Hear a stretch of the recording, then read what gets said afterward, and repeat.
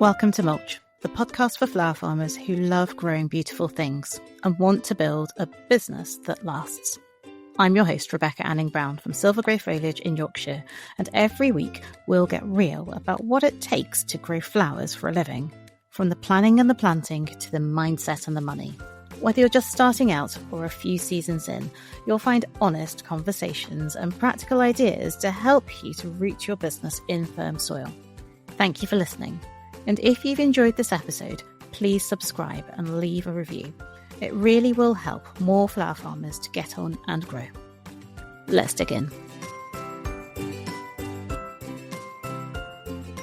Good morning, everyone, and welcome back to Mulch. How are you? Happy New Year. I hope that you are not too cold, because it's so cold out there, and that you're taking the opportunity to do some indoor jobs. Over Christmas, we played a ton of Just a Minute, which is it's a radio program. If you haven't heard of it, it's from Radio 4. It's a comedy program, and the intention is to speak on random topics for 1 minute without hesitation, repetition, or deviation. You might sense, if you've listened to Mulch the podcast more than once, that I might struggle with that, especially because I like to repeat myself or repeat words for emphasis.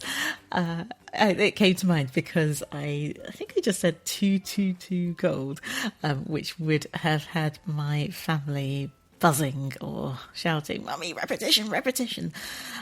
Thankfully, Mulch is not subject to the scrutiny of my family, and I have already digressed. I hope that you're well as you're listening to the podcast today, wherever you are and whatever you're up to. Happy New Year. I am going to jump straight into today's podcast. It's been an incredible week for us at Silver Grey Foliage. We have had the first week of Grow Club, which has been brilliant. And as part of that, yesterday, so this is going out on a Friday, so yesterday, I recorded a podcast with the wonderful Jo McCarthy on Instagram. She's at Jo McCarthy Chats. You can follow her. Her account is a private account. She just likes to make sure you're a real person and not a bot. But she has some really interesting conversations and a fabulous newsletter that I read religiously, not necessarily straight away, because there's always something in it I want to pay more attention to, but I highly recommend her newsletter to you. I talked to Jo McCarthy for the private podcast for Grow Club, but there are two things that I really wanted to talk to her about that I've pulled out to share with you today in Mulch, because they're so important, and because they're things that I've talked about in brief before, and I feel it's okay to summarise bits of those for you so that you can also benefit from her knowledge, her experience and her wisdom. The first one of those is baggy planning. So as a flower farmer florist, we do a lot of planning. There's a lot to get done. There are a lot of really clear milestones. Baggy planning acknowledges the fact that planning is necessary, but it's the rigidity that we can sometimes put in place that causes stress and eventually overwhelm when things start to unravel. So that's the reason why I really wanted to talk to Jo about baggy planning, which is a concept that I first heard of from her and that I employ in pretty much everything that I do. Because that rigidity that I often hear, that I often feel, that I often sense amongst flower farmers, if I must do this now, it must be all done now, is where that stress and that tension and that beginning of overwhelm, which I've already heard in the first week of the year, comes from. And I don't want that for you. I really want you to head into the year feeling resilient and able to do everything that we need to do. So I thought I'd talk to you a little bit about what that might look like, or what it might not look like as you're doing your planning at this beginning time of the year when the ground is frozen and actually there's not much else that we can do outdoors. There's a few seeds that you could sow if you really wanted to, but most things can also wait another week or two. So, baggy planning is about putting in place frameworks. It's about identifying what's non-negotiable and putting those in place first. So non-negotiable, when we're talking about those things, isn't just about the business. It's about the business, it's about our customers, but it's also about non-negotiable for family life, or your other working lives, as many of you also have other jobs, and acknowledging that that's going to require some of your time, some of your headspace, some of your emotion. You still plan, but you put in place those essential non-negotiable things first, almost as scaffolding, leaving space for things that are slightly more negotiable. And I'm going to be controversial and suggest that clearing the beds is more negotiable. In reality, you need to have enough beds ready for whatever's going out at the back end of February, and enough beds ready for whatever's going into them for mid-March and March. That means that everything doesn't have to be done now, and you can spread your bed clearance and turnover and mulching over a few weeks. Even when you look at it as the planting season goes on, possibly a few months if you're staggering it so that you've done the majority, the middle amount, and then you've just got 1 or 2 beds left to do, which you can do as and when as the season goes on. That's a kind of flexible structure that I'd really encourage you to start approaching with pretty much everything, because the non-negotiable in your week when it gets to back end of March, April will be cutting. That's non-negotiable. You need to cut to be able to sell, but it is negotiable whether you do an extra half bed of weeding or a half bed of mulching, and those extra layers of mulch as the season goes on and the ground warms up and the sky hopefully doesn't warm up too quickly, will be welcomed by your plants.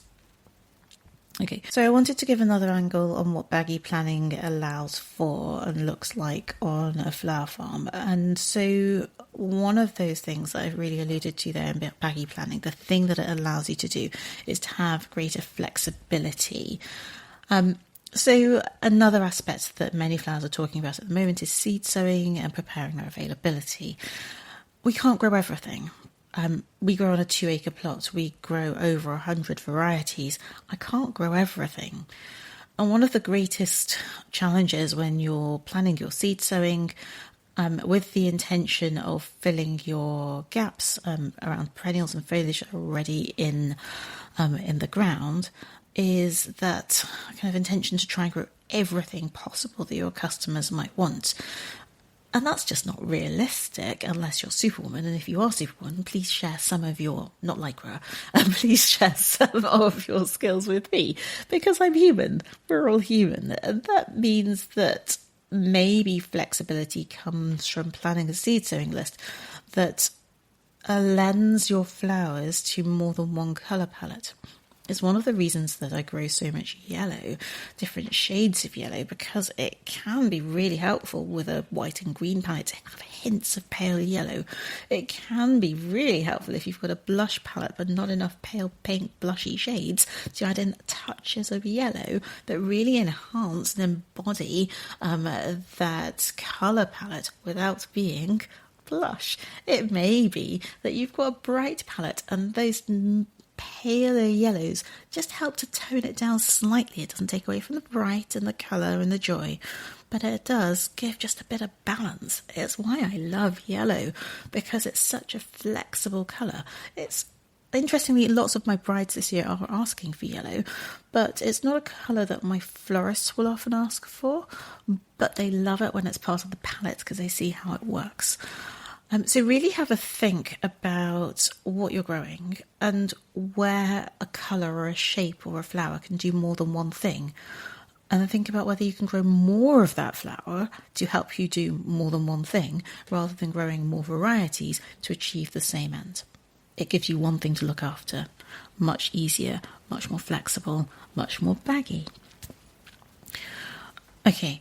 Why is it especially relevant to think about that earlier in this year? And the reason it's important, it almost speaks for itself. It's January. It's a time that we feel ready or obliged. And I could use that word, genuinely obliged, to consider new beginnings. Here at Silver Grey Foliage, I'm not sure there are any new beginnings this January. December has been really challenging.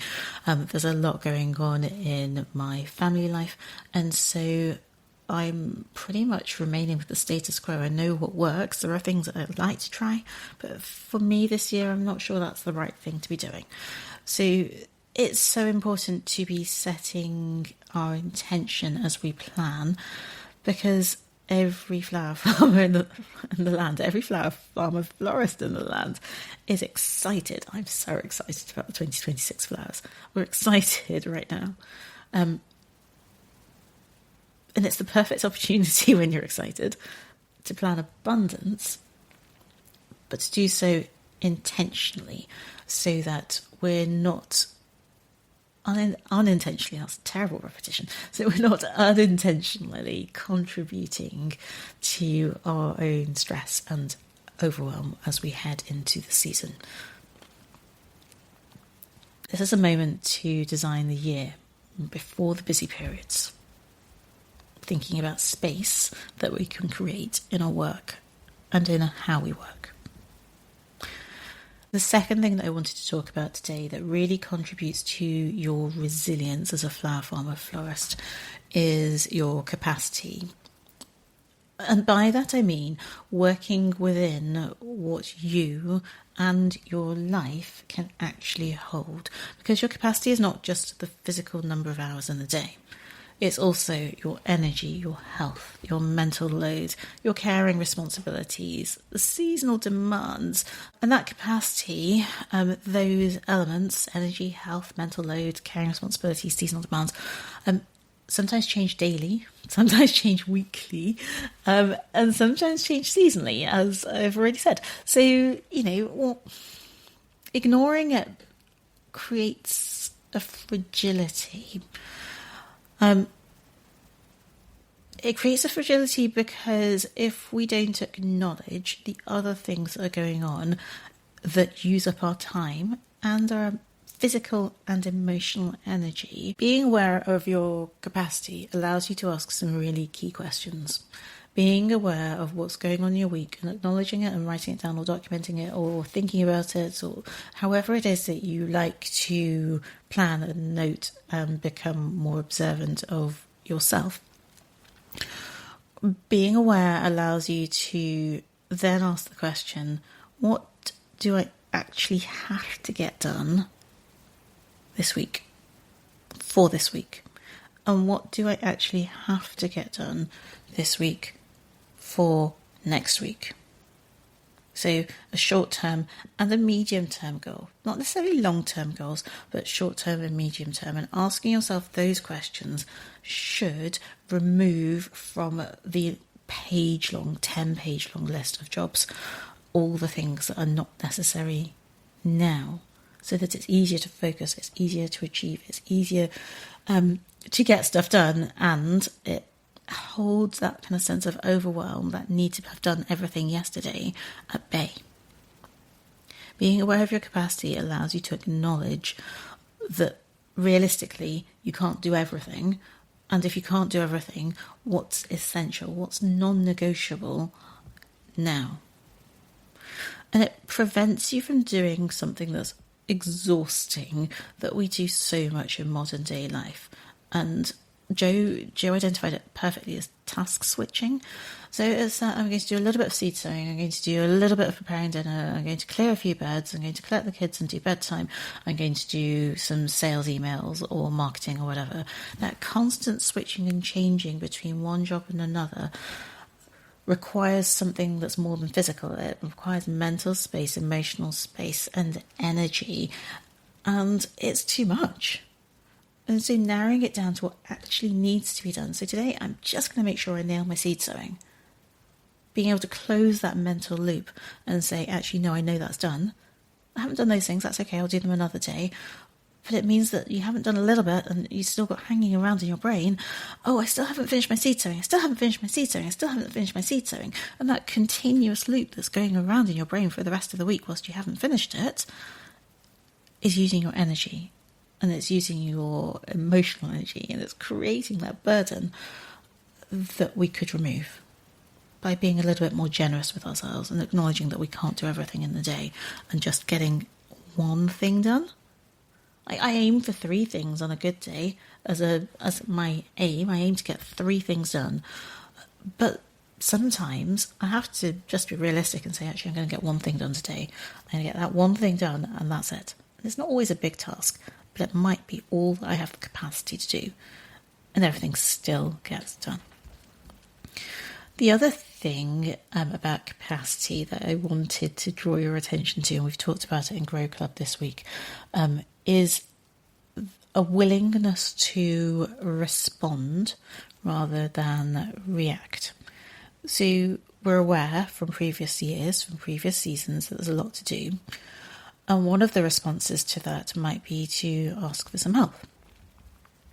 And to plan for that help, knowing that, for example, now it's January, my soil is rock hard. There's no purpose to me being out in the field trying to dig or weed or clear beds, because this week that's not going to achieve anything. I won't get anywhere. But in a couple of weeks' time, it will be much easier to clear beds, turn beds, mulch beds. My compost pile won't be rock solid and frozen. The soil that I'm hoeing won't be rock solid and frozen. And so it'll be a much more productive experience. But it will also be later on. And so I respond to that by saying, actually, why don't I get myself a couple of days worth of help in 2-3 weeks' time to get the job nailed, so that it's done, rather than getting there and thinking, well, no, I'm not going to get this done, and reacting and thinking, how am I going to get this done? How am I going to get this done? And again, creating that open loop of I can't do this all on my own because there's too much to do. Respond rather than react. The core idea here today is that often as flower farmers we wear a badge of honour that says that we've done it all. And it's something that often comes up in my social media. Rebecca, how do you do it all? And the answer is I don't. And I reply and say that I don't do it all. I have a husband who does parts. I have Gemma who does parts. I have children who I pay to do parts. I may not do it through HMRC, but I might give them extra pocket money from my pocket to be able to ask them to do bits for me. I work with a photographer who makes sure that I have lots of incredible pictures. The website team at Studio Cotton do bits for me. The physical work, I do it, Gemma does it, Anthony does it, and sometimes I get in a day or so of extra help to make sure that it gets done, because I'm also a mum, and I'm also a daughter, and also I need a little pocket of time for me so that I am able to help and hold everyone else. This isn't a topic for today's podcast, but one of the things that Joe and I also talked about, it was a fabulous hour of recording, was being a child of the 80s. A number of us who are running flower farms at the moment are born in that kind of late 70s, early 80s, to late 80s kind of time bracket, and there's a sense of needing to or wanting to or having to or supposed to being able to do it all. And I really want to question that this year. Can we do it all?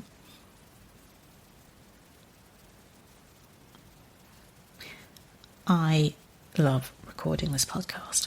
I'm grateful to all of you who have listened today and who are with us in this kind of podcasting audible space. I would love you to prepare yourself for the season without thinking about it as something that you need to endure. This is your invitation to step back whilst there's so much time to look around and create space for your plans. Allowing for capacity, allowing for capacity and allowing for space. Baggy planning will really help to grow your resilience and to help you to feel when we get to next September or this September, October, like you want to do it all over again rather than you have to do it all over again. Thank you for listening to the podcast today. I would like to leave you with two final things. If you would like some support with your planning, then the business planning module that we usually put out at this year is available again to order and download and work through at your own pace on our website. And if you'd like regular short bursts of Rebecca and us into your inbox and to keep touch with what's going on, which includes a live Q&A coming up for flower farmers, sign up to our newsletter. You can do that by heading to our website, which is silvergreyfoliage.com. The pop-up will come up, choose Flower Farmer, and we will enter your news box regularly, hopefully with things that you consider to be useful. Have a fabulous week wherever you are. I look forward to speaking with you again next week and digging into another topic that's relevant to flower farming in practice. Rebecca.